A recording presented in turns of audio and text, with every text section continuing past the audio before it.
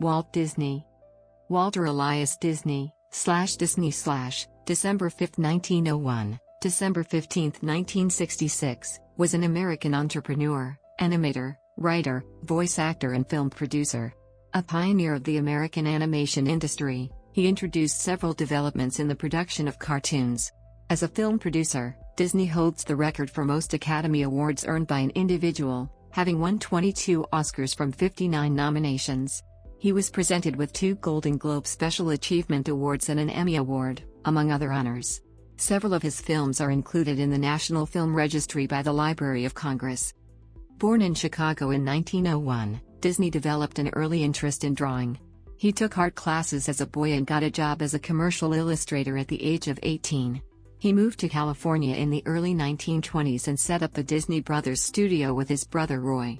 With UBI Works, Walt developed the character Mickey Mouse in 1928, his first highly popular success. He also provided the voice for his creation in the early years. As the studio grew, Disney became more adventurous, introducing synchronized sound, full-color 3-strip Technicolor, feature-length cartoons and technical developments in cameras. The results, seen in features such as Snow White and the Seven Dwarfs, 1937, Pinocchio, Fantasia, both 1940, Dumbo, 1941, and Bambi, 1942, furthered the development of animated film. New animated and live-action films followed after World War II, including the critically successful Cinderella, 1950, and Mary Poppins, 1964, the latter of which received 5 Academy Awards. In the 1950s, Disney expanded into the amusement park industry, and in 1955 he opened Disneyland in Anaheim, California. To fund the project, he diversified into television programs, such as Walt Disney's Disneyland and the Mickey Mouse Club. He was also involved in planning the 1959 Moscow Fair, the 1960 Winter Olympics, and the 1964 New York World's Fair. In 1965, he began development of another theme park, Disney World, the heart of which was to be a new type of city, the experimental prototype community of tomorrow, Epcot. Disney was a heavy smoker throughout his life and died of lung cancer in December 1966 before either the park or the Epcot project were completed.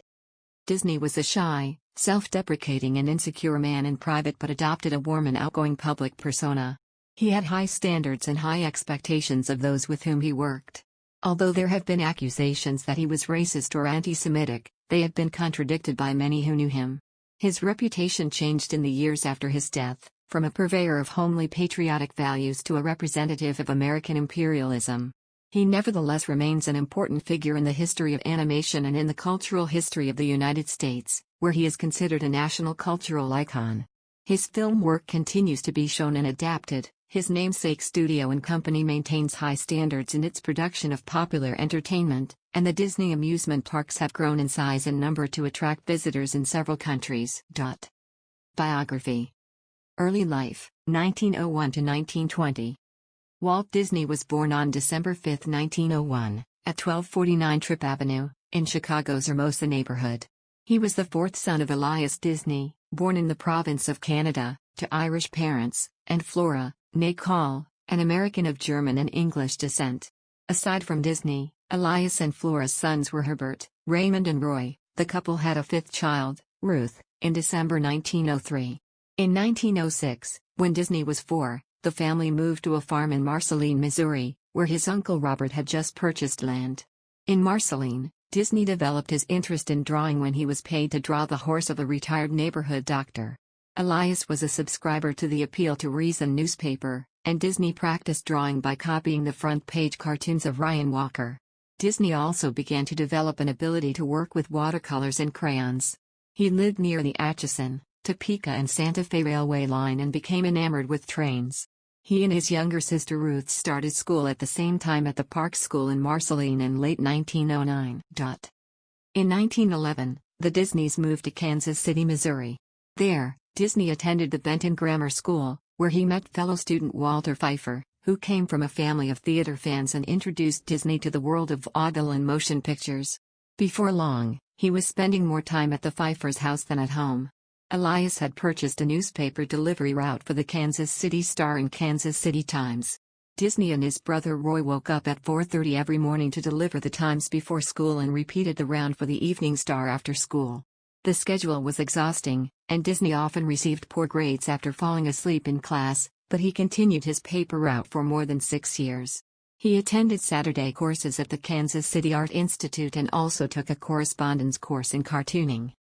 In 1917, Elias bought stock in a Chicago jelly producer, the Ozell Company, and moved back to the city with his family. Disney enrolled at McKinney High School and became the cartoonist of the school newspaper, drawing patriotic pictures about World War I. He also took night courses at the Chicago Academy of Fine Arts. In mid-1918, Disney attempted to join the United States Army to fight against the Germans, but he was rejected for being too young. After forging the date of birth on his birth certificate, he joined the Red Cross in September 1918 as an ambulance driver. He was shipped to France but arrived in November, after the armistice. He drew cartoons on the side of his ambulance for decoration and had some of his work published in the Army newspaper Stars and Stripes. Disney returned to Kansas City in October 1919, where he worked as an apprentice artist at the ๊dɪzni Rubin Commercial Art Studio. There, he drew commercial illustrations for advertising, theater programs and catalogs. He also befriended fellow artist UBI Works. Early career, 1920 to 1928. In January 1920, as ๊dɪzni Rubin's revenue declined after Christmas, Disney and iWorks were laid off. They started their own business, the short-lived iWorks Disney Commercial Artists. Failing to attract many customers, Disney and iWorks agreed that Disney should leave temporarily to earn money at the Kansas City Film Ad Company, run by A.V. Cogger. The following month iWorks, who was not able to run their business alone, also joined. The company produced commercials using the cutout animation technique. Disney became interested in animation, although he preferred drawn cartoons such as Mutt and Jeff and Coco the Clown. With the assistance of a borrowed book on animation and a camera, he began experimenting at home. He came to the conclusion that cell animation was more promising than the cutout method. Unable to persuade Cogger to try cell animation at the company, Disney opened a new business with a co-worker from the Film Ad Company, Fred Harmon. Their main client was the local Newman Theater, and the short cartoons they produced were sold as Newman's Laugh-O-Grams. Disney studied Paul Terry's Aesop's Fables as a model, and the first 6 Laugh-O-Grams were modernized fairy tales. In May 1921, the success of the Laugh-O-Grams led to the establishment of Laugh-O-Gram Studio, for which he hired more animators, including Fred Harmon's brother Hugh, Rudolph Ising, and iWorks. The Laugh-O-Grams cartoons did not provide enough income to keep the company solvent, so Disney started production of Alice's Wonderland, based on Alice's Adventures in Wonderland, which combined live action with animation. He cast Virginia Davis in the title role. The result, a 12.5-minute, one-reel film, was completed too late to save Laugh-O-Gram Studio, which went into bankruptcy in 1923. Disney moved to Hollywood in July 1923. Although New York was the center of the cartoon industry, he was attracted to Los Angeles because his brother Roy was convalescing from tuberculosis there, and he hoped to become a live-action film director. Disney's efforts to sell Alice's Wonderland were in vain until he heard from New York film distributor Margaret J. Winkler. She was losing the rights to both the Out of the Inkwell and Felix the Cat cartoons, and needed a new series. In October, they signed a contract for 6 Alice comedies, with an option for 2 further series of 6 episodes each. Disney and his brother Roy formed the Disney Brothers Studio, which later became the Walt Disney Company, to produce the films. They persuaded Davis and her family to relocate to Hollywood to continue production, with Davis on contract at $100 a month. In July 1924, Disney also hired iWorks, persuading him to relocate to Hollywood from Kansas City. Early in 1925, Disney hired an ink artist, Lillian Bounds. They married in July of that year, at her brother's house in her hometown of Lewiston, Idaho.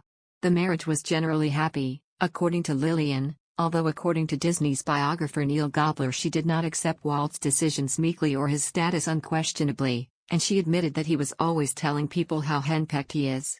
Lillian had little interest in films or the Hollywood social scene, and she was, in the words of the historian Stephen Watts, content with household management and providing support for her husband. Their marriage produced 2 daughters, Diane, born December 1933, and Sharon, adopted in December 1936, born 6 weeks previously. Within the family, neither Disney nor his wife hid the fact Sharon had been adopted, although they became annoyed if people outside the family raised the point. The Disneys were careful to keep their daughters out of the public eye as much as possible, particularly in the light of the Lindbergh kidnapping. Disney took steps to ensure his daughters were not photographed by the press. By 1926, Winkler's role in the distribution of the Alice series had been handed over to her husband, the film producer Charles Mintz, although the relationship between him and Disney was sometimes strained. The series ran until July 1927, by which time Disney had begun to tire of it and wanted to move away from the mixed format to all animation. After Mintz requested new material to distribute through Universal Pictures, Disney and iWorks created Oswald the Lucky Rabbit, a character Disney wanted to be peppy, alert, saucy and venturesome, keeping him also neat and trim. In February 1928, Disney hoped to negotiate a larger fee for producing the Oswald series, but found Mintz wanting to reduce the payments. Mintz had also persuaded many of the artists involved to work directly for him, including Harmon, Ising, Carmen Maxwell, and Friz Freleng. Disney also found out that Universal owned the intellectual property rights to Oswald.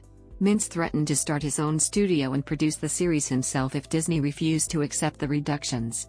Disney declined Mintz's ultimatum and lost most of his animation staff, except iWorks, who chose to remain with him. Creation of Mickey Mouse to the first Academy Awards, 1928 to 1933.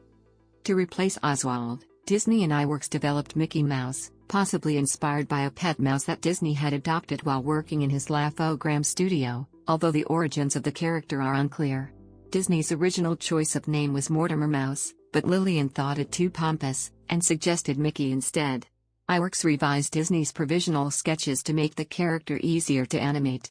Disney, who had begun to distance himself from the animation process, provided Mickey's voice until 1947. In the words of one Disney employee, UB designed Mickey's physical appearance, but Walt gave him his soul. Mickey Mouse first appeared in May 1928 as a single test screening of the short Plain Crazy, but it, and the second feature, The Galopin Gaucho, failed to find a distributor. Following the 1927 sensation The Jazz Singer, Disney used synchronized sound on the third short, Steamboat Willie, to create the first post-produced sound cartoon. After the animation was complete, Disney signed a contract with the former executive of Universal Pictures, Pat Powers, to use the Powers Cinephone recording system. Cinephone became the new distributor for Disney's early sound cartoons, which soon became popular. To improve the quality of the music, Disney hired the professional composer and arranger Carl Stalling, on whose suggestion the Silly Symphony series was developed, providing stories through the use of music. The first in the series, The Skeleton Dance, 1929, was drawn and animated entirely by iWorks. Also hired at this time were several local artists, some of whom stayed with the company as core animators. The group later became known as the Nine Old Men. Both the Mickey Mouse and Silly Symphonies series were successful, but Disney and his brother felt they were not receiving their rightful share of profits from Powers. In 1930, Disney tried to trim costs from the process by urging iWorks to abandon the practice of animating every separate cell in favor of the more efficient technique of drawing key poses and letting lower-paid assistants sketch the in-between poses. Disney asked Powers for an increase in payments for the cartoons.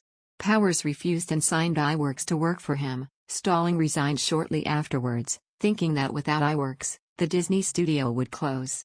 Disney had a nervous breakdown in October 1931, which he blamed on the machinations of Powers and his own overwork, so he and Lillian took an extended holiday to Cuba and a cruise to Panama to recover.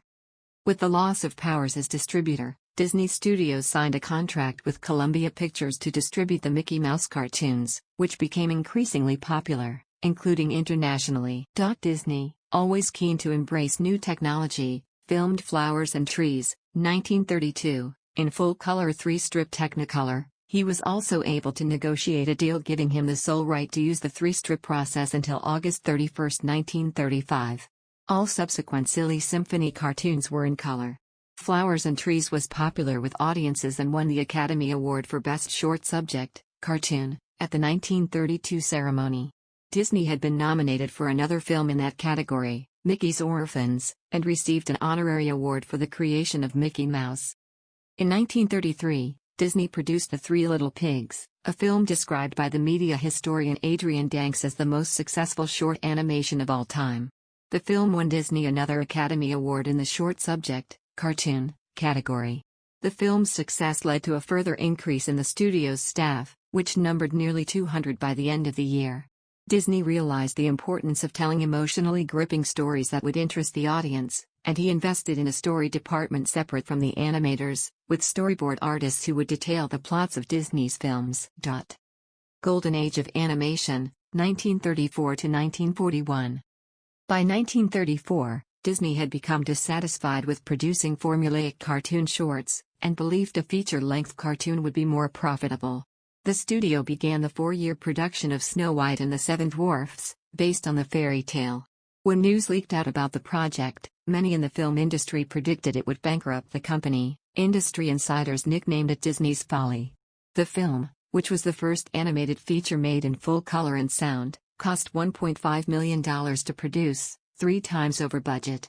To ensure the animation was as realistic as possible, Disney sent his animators on courses at the Chouinard Art Institute. He brought animals into the studio and hired actors so that the animators could study realistic movement. To portray the changing perspective of the background as a camera moved through a scene, Disney's animators developed a multiplane camera which allowed drawings on pieces of glass to be set at various distances from the camera, creating an illusion of depth. The glass could be moved to create the impression of a camera passing through the scene. The first work created on the camera, a silly symphony called The Old Mill, 1937, won the Academy Award for Animated Short Film because of its impressive visual power. Although Snow White had been largely finished by the time the multiplane camera had been completed, Disney ordered some scenes be redrawn to use the new effects. Snow White premiered in December 1937 to high praise from critics and audiences. The film became the most successful motion picture of 1938, and by May 1939 its total gross of $6.5 million made it the most successful sound film made to that date. Disney won another honorary Academy Award, which consisted of 1 full-sized and 7 miniature Oscar statuettes.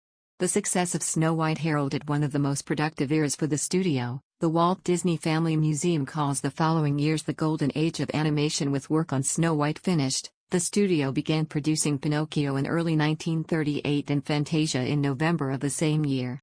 Both films were released in 1940, and neither performed well at the box office, partly because revenues from Europe had dropped following the start of World War II in 1939. The studio made a loss on both pictures and was deeply in debt by the end of February 1941.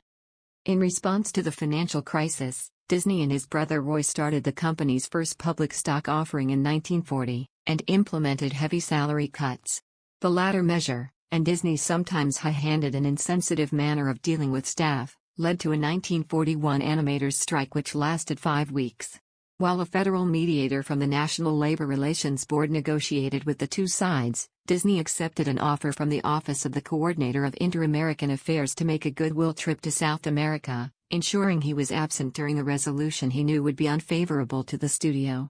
As a result of the strike, and the financial state of the company, several animators left the studio, and Disney's relationship with other members of staff was permanently strained as a result. The strike temporarily interrupted the studio's next production, Dumbo, 1941, which Disney produced in a simple and inexpensive manner. The film received a positive reaction from audiences and critics alike.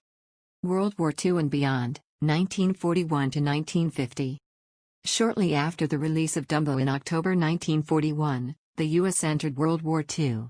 Disney formed the Walt Disney Training Films unit within the company to produce instruction films for the military, such as 4 methods of flush riveting and aircraft production methods. Disney also met with Henry Morgenthau Jr., the Secretary of the Treasury, and agreed to produce short Donald Duck cartoons to promote war bonds. Disney also produced several propaganda productions, including shorts such as Der Führer's Face, which won an Academy Award, and the 1943 feature film Victory Through Air Power. The military films generated only enough revenue to cover costs, and the feature film Bambi, which had been in production since 1937, underperformed on its release in April 1942, and lost $200,000 at the box office. On top of the low earnings from Pinocchio and Fantasia, the company had debts of $4 million with the Bank of America in 1944. At a meeting with Bank of America executives to discuss the future of the company, the bank's chairman and founder, Amedeo Giannini, told his executives, "I've been watching the Disney's pictures quite closely because I knew we were lending them money far above the financial risk. They're good this year, they're good next year, and they're good the year after. You have to relax and give them time to market their product." Disney's production of short films decreased in the late 1940s, coinciding with increasing competition in the animation market from Warner Brothers and Metro-Goldwyn-Mayer. Roy Disney, for financial reasons, suggested more combined animation and live-action productions. In 1948, Disney initiated a series of popular live-action nature films, titled True Life Adventures, with Seal Island the first. The film won the Academy Award in the Best Short Subject, to Real, category. Disney grew more politically conservative as he got older. A Democratic Party supporter until the 1940 presidential election, when he switched allegiance to the Republican Party, he became a generous donor to Thomas E. Dewey's 1944 bid for the presidency. In 1946, he was a founding member of the Motion Picture Alliance for the Preservation of American Ideals, an organization who stated they believe in, and like, the American way of life. We find ourselves in sharp revolt against a rising tide of communism, fascism and kindred beliefs that seek by subversive means to undermine and change this way of life. In 1947, during the Second Red Scare, Disney testified before the House Un-American Activities Committee, HUAC, where he branded Herbert Sorrell, David Hilberman, and William Pomerantz, former animators and labor union organizers, as communist agitators. Disney stated that the 1941 strike led by then was part of an organized communist effort to gain influence in Hollywood. It was alleged by the New York Times in 1993 that Disney had been passing secret information to the FBI from 1940 until his death in 1966. In return for this information, J. Edgar Hoover allowed Disney to film in FBI headquarters in Washington. Disney was made a full special agent in charge contact in 1954. In 1949, Disney and his family moved to a new home in the Holmby Hills district of Los Angeles. With the help of his friends Ward and Betty Kimball, who already had their own backyard railroad, Disney developed blueprints and immediately set to work on creating a miniature live steam railroad for his backyard. The name of the railroad, Carrollwood Pacific Railroad, came from his home's location on Carrollwood Drive. The miniature working steam locomotive was built by Disney Studios engineer Roger E. Broggie, and Disney named it Lily Bell after his wife. After 3 years, Disney ordered it into storage due to a series of accidents involving his guests. Theme parks, television and other interests, 1950 to 1966. In early 1950, Disney produced Cinderella, his studio's first animated feature in 8 years. It was popular with critics and theater audiences. Costing $2.2 million to produce, it earned nearly $8 million in its first year. Disney was less involved than he had been with previous pictures because of his involvement in his first entirely live-action feature, Treasure Island, 1950, which was shot in Britain, as was the story of Robin Hood and His Merry Men, 1952. Other all-live-action features followed, many of which had patriotic themes. He continued to produce full-length animated features too, including Alice in Wonderland, 1951, and Peter Pan, 1953. From the early to mid-1950s, Disney began to devote less attention to the animation department, entrusting most of its operations to his key animators, the 9 Old Men, although he was always present at story meetings. Instead, he started concentrating on other ventures. For several years Disney had been considering building a theme park.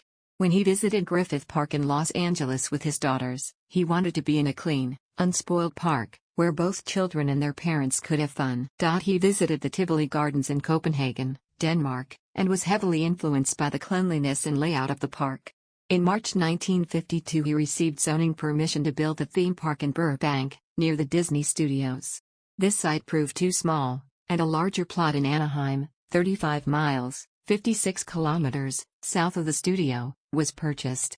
To distance the project from the studio, which might attract the criticism of shareholders, Disney formed WED Enterprises, now Walt Disney Imagineering, and used his own money to fund a group of designers and animators to work on the plans. Those involved became known as Imagineers. After obtaining bank funding, he invited other stockholders, American Broadcasting, Paramount Theaters, part of American Broadcasting Company, ABC, and Western Printing and Lithographing Company. In mid-1954, Disney sent his Imagineers to every amusement park in the U.S. to analyze what worked and what pitfalls or problems there were in the various locations and incorporated their findings into his design. Construction work started in July 1954, and Disneyland opened in July 1955. The opening ceremony was broadcast on ABC, which reached 70 million viewers. The park was designed as a series of themed lands, linked by the central Main Street, USA, a replica of the Main Street in his hometown of Marceline. The connected themed areas were Adventureland, Frontierland, Fantasyland, and Tomorrowland. The park also contained the narrow-gauge Disneyland Railroad that linked the lands. Around the outside of the park was a high berm to separate the park from the outside world.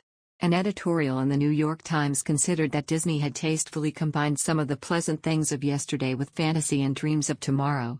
Although there were early minor problems with the park, it was a success, and after a month's operation, Disneyland was receiving over 20,000 visitors a day. By the end of its first year, it attracted 3.6 million guests. The money from ABC was contingent on Disney television programs. The studio had been involved in a successful television special on Christmas Day 1950 about the making of Alice in Wonderland. Roy believed the program added millions to the box office takings. In a March 1951 letter to shareholders, he wrote that television can be a most powerful selling aid for us, as well as a source of revenue. It will probably be on this premise that we enter television when we do. In 1954, after the Disneyland funding had been agreed, ABC broadcast Walt Disney's Disneyland, an anthology consisting of animated cartoons, live-action features and other material from the studio's library. The show was successful in terms of ratings and profits, earning an audience share of over 50%. In April 1955, Newsweek called the series an American institution. ABC was pleased with the ratings, leading to Disney's first daily television program, The Mickey Mouse Club, a variety show catering specifically to children. The program was accompanied by merchandising through various companies. Western Printing, for example, had been producing coloring books and comics for over 20 years, and produced several items connected to the show. One of the segments of Disneyland consisted of the 5-part miniseries Davy Crockett, which, according to Gobbler, became an overnight sensation. The show's theme song, The Ballad of Davy Crockett, became internationally popular, and 10 million records were sold. As a result, Disney formed his own record production and distribution entity, Disneyland Records. As well as the construction of Disneyland, Disney worked on other projects away from the studio. He was consultant to the 1959 American National Exhibition in Moscow. Disney Studios' contribution was America the Beautiful, a 19-minute film in the 360 Degrees or Karama Theater that was one of the most popular attractions. The following year he acted as the chairman of the pageantry committee for the 1960 Winter Olympics in Squaw Valley, California, where he designed the opening, closing and medal ceremonies. Despite the demands wrought by non-studio projects, Disney continued to work on film and television projects. In 1955, he was involved in Man in Space, an episode of the Disneyland series, which was made in collaboration with NASA rocket designer Wernher von Braun. Disney also oversaw aspects of the full-length features Lady and the Tramp, the first animated film in CinemaScope. In 1955, Sleeping Beauty, the first animated film in Technorama 70mm film. In 1959, 101 Dalmatians, the first animated feature film to use Xerox cells. In 1961, and The Sword in the Stone in 1963. In 1964, Disney produced Mary Poppins, based on the book series by P.L. Travers. He had been trying to acquire the rights to the story since the 1940s. It became the most successful Disney film of the 1960s, although Travers disliked the film intensely and regretted having sold the rights. The same year he also became involved in plans to expand the California Institute of the Arts, colloquially called CalArts, and had an architect draw up blueprints for a new building. Disney provided 4 exhibits for the 1964 New York World's Fair, for which he obtained funding from selected corporate sponsors. For PepsiCo, who planned a tribute to UNICEF, Disney developed It's a Small World, a boat ride with audio animatronic dolls depicting children of the world. Great Moments with Mr. Lincoln contained an animatronic Abraham Lincoln giving excerpts from his speeches. Carousel of Progress promoted the importance of electricity, and Ford's Magic Skyway portrayed the progress of mankind. Elements of all 4 exhibits, principally concepts and technology, were reinstalled in Disneyland. Although It's a Small World is the ride that most closely resembles the original.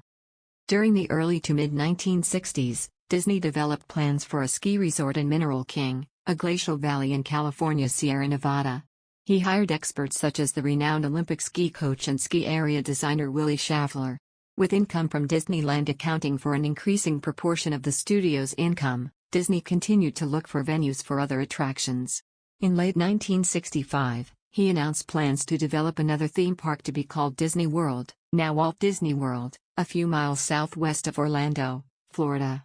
Disney World was to include the Magic Kingdom, a larger and more elaborate version of Disneyland, plus golf courses and resort hotels. The heart of Disney World was to be the experimental prototype community of tomorrow, Epcot, which he described as. During 1966, Disney cultivated businesses willing to sponsor Epcot.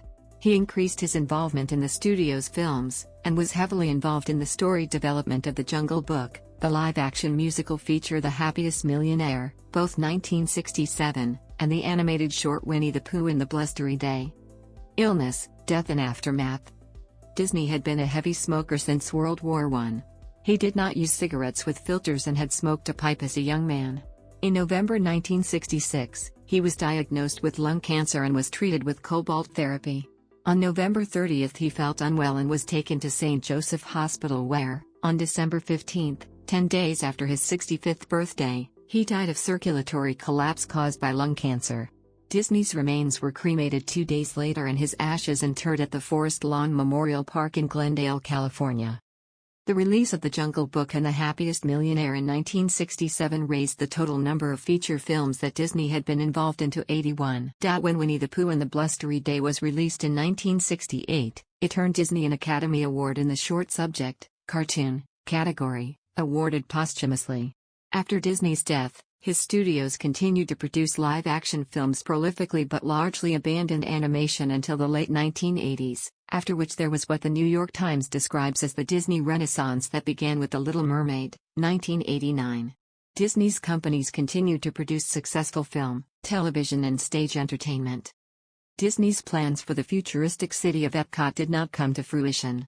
After Disney's death, his brother Roy deferred his retirement to take full control of the Disney companies. He changed the focus of the project from a town to an attraction. At the inauguration in 1971, Roy dedicated Walt Disney World to his brother. Walt Disney World expanded with the opening of Epcot Center in 1982. Walt Disney's vision of a functional city was replaced by a park more akin to a permanent World's Fair. In 2009, the Walt Disney Family Museum, designed by Disney's daughter Diane and her son Walter E.D. Miller, opened in the Presidio of San Francisco. Thousands of artifacts from Disney's life and career are on display, including numerous awards that he received. In 2014, the Disney theme parks around the world hosted approximately 134 million visitors. Disney has been portrayed numerous times in fictional works. H. G. Wells references Disney in his 1938 novel The Holy Terror, in which world dictator Rudd fears that Donald Duck is meant to lampoon the dictator. Disney was portrayed by Len Cariou in the 1995 made-for-TV film A Dream is a Wish Your Heart Makes, the Annette Funicello story, and by Tom Hanks in the 2013 film Saving Mr. Banks. In 2001, the German author Peter Stefan Jung published Der König von Amerika, Trans, The King of America, a fictional work of Disney's later years that reimagines him as a power-hungry racist. The composer Philip Glass later adapted the book into the opera The Perfect American, 2013. Honors. Disney received 59 Academy Award nominations, including 22 awards, both totals are records. He was nominated for 3 Golden Globe Awards, but did not win, but he was presented with 2 Special Achievement Awards, for Bambi, 1942, and The Living Desert, 1953 and the Cecil B. DeMille Award. He also received 4 Emmy Award nominations, winning once, for Best Producer for the Disneyland television series. Several of his films are included in the United States National Film Registry by the Library of Congress as culturally, historically, or aesthetically significant: Steamboat Willie, The 3 Little Pigs, Snow White and the 7 Dwarfs, Fantasia, Pinocchio, Bambi, Dumbo, and Mary Poppins. In 1998, The American Film Institute published a list of the 100 greatest American films. According to industry experts, the list included Snow White and the Seven Dwarfs, at number 49, and Fantasia, at 58. In February 1960, Disney was inducted to the Hollywood Walk of Fame with 2 stars, one for motion pictures and the other for his television work. Mickey Mouse was given his own star for motion pictures in 1978. Disney was also inducted into the Television Hall of Fame in 1986, the California Hall of Fame in December 2006, and was the inaugural recipient of a star on the Anaheim Walk of Stars in 2014. The Walt Disney Family Museum records that he, along with members of his staff, received more than 950 honors and citations from throughout the world. He was made a Chevalier in the French Légion d'honneur in 1935, and in 1952 he was awarded the country's highest artistic decoration, the Officer d'Académie. Other national awards include Thailand's Order of the Crown, 1960, Germany's Order of Merit, 1956, Brazil's Order of the Southern Cross, 1941, and Mexico's Order of the Aztec Eagle, 1943. In the United States, he received the Presidential Medal of Freedom on September 14, 1964, and on May 24, 1968, he was posthumously awarded the Congressional Gold Medal. He received the Showman of the World Award from the National Association of Theater Owners, and in 1955, the National Audubon Society awarded Disney its highest honor, the Audubon Medal, for promoting the appreciation and understanding of nature through his true life adventures nature films. A minor planet discovered in 1980 by astronomer Ludmila Karachkina was named 4017 ʻdɪzni, and he was also awarded honorary degrees from Harvard, Yale, the University of Southern California and the University of California, Los Angeles. Personality and reputation. Disney's public persona was very different from his actual personality. Playwright Robert E. Sherwood described him as almost painfully shy, diffident and self-deprecating. According to his biographer Richard Schickel, Disney hid his shy and insecure personality behind his public identity. Kimball argues that Disney played the role of a bashful tycoon who was embarrassed in public and knew that he was doing so. Disney acknowledged the facade and told a friend that "I'm not Walt Disney. I do a lot of things Walt Disney would not do. Walt Disney does not smoke. I smoke. Walt Disney does not drink. I drink." Critic Otis Ferguson, in The New Republic, called the private Disney common and everyday, not inaccessible, not in a foreign language, not suppressed or sponsored or anything. Just Disney. Many of those with whom Disney worked commented that he gave his staff little encouragement due to his exceptionally high expectations. Norman recalls that when Disney said that'll work, it was an indication of high praise. Instead of direct approval, Disney gave high-performing staff financial bonuses, or recommended certain individuals to others, expecting that his praise would be passed on. Views of Disney and his work have changed over the decades, and there have been polarized opinions. Mark Langer, in the American Dictionary of National Biography, writes that earlier evaluations of Disney hailed him as a patriot, folk artist, and popularizer of culture. More recently, Disney has been regarded as a paradigm of American imperialism and intolerance, as well as a debaser of culture. Stephen Watts wrote that some denounce Disney as a cynical manipulator of cultural and commercial formulas, while PBS records that critics have censured his work because of its smooth facade of sentimentality and stubborn optimism, its feel-good rewrite of American history. Although Disney's films have been highly praised, very popular and commercially successful over time, there were criticisms by reviewers. Caroline Lejeune comments in The Observer that Snow White, 1937, has more faults than any earlier Disney cartoon. It is vulnerable again and again to the barbed criticisms of the experts.